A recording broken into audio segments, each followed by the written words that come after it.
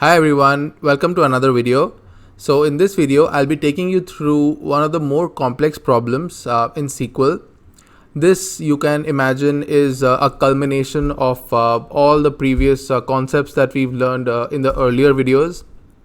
And although I won't be able to cover each and every concept, I hope that this gives you like a nice summarized version of everything we've learned before. So with that said, let's have a look at the problem at hand. Here the problem is to find the top 10 highest grossing films by rentals. We'll basically be dealing with four tables, the payment table, the rental table, inventory table, and finally the film table. So before we have a look at how to solve this problem, let's have a quick glance at the contents of each of the tables. So let's have a look at the payment table first. The payment table will give you a list of payment IDs as well as the rental ID and the amount corresponding to each of the payments made. So the columns that we'll be needing are these three, and we won't be needing anything else. You also notice there's a rental ID column and there's a rental table as well. So let's have a look at the rental table now.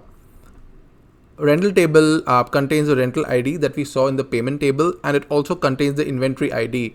So so in this case, for example, rental ID 1 will correspond to inventory 367 that is present in either store 1 or store 2.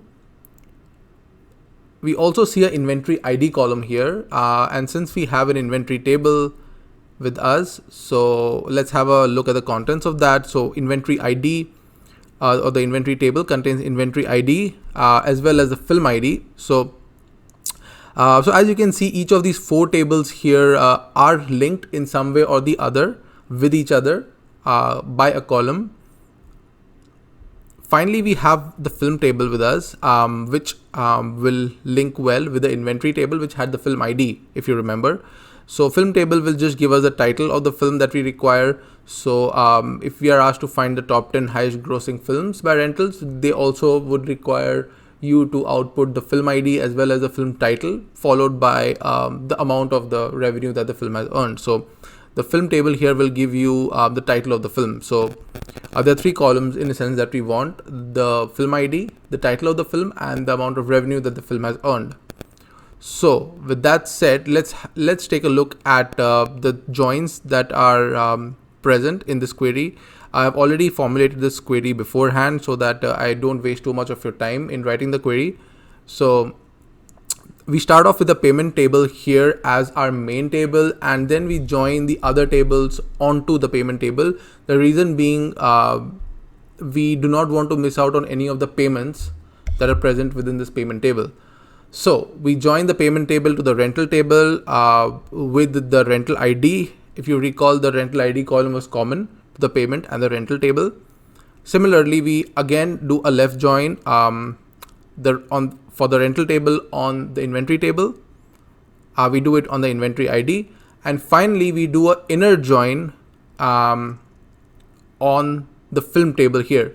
The reason why we are using an inner join is we only want the films which have a title associated with them, not necessarily those which do not have a title. So we do not want to see films without titles, so that's why we are using an inner join over here. Finally, since we want the film ID as well as the title of the film, we are grouping it by those two columns, and make sure that if you're grouping by those two columns, the select statement has those two columns as well. So for example, if you eliminate the title column here and use the title in the select statement, it will give you some sort of an error. So make sure that if you're using these or if you're using film ID, film title in the select statement, those two have to be there in your group by as well. And finally, we sum the amounts here from the payment table, give it a column alias as gross revenue.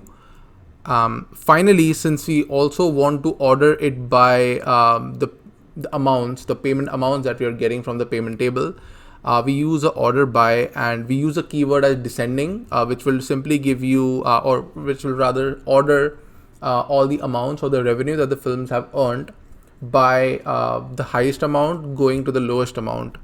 And since we only want the top 10 films, we'll use a limit 10 here.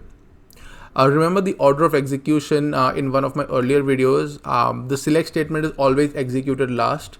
So we'll have the from statement first and then all these bunch of joins, followed by the group by, then the select statement, and we'll then have the order by. So if order by is present, it'll be executed last. If it's not present, then the select statement will be executed last.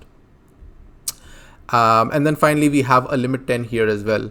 So if I run this query, it will give you the film ID, the title of the film, as well as the gross revenue that the film has earned. And this would be for the top 10 films. So if you see The Telegraph Voyage has the highest revenue, and The Hustler Party is at number 10. Of course, we'll have a bunch of other films as well, but these are the top 10 films by gross revenue. I hope you enjoyed the video. Thanks for watching.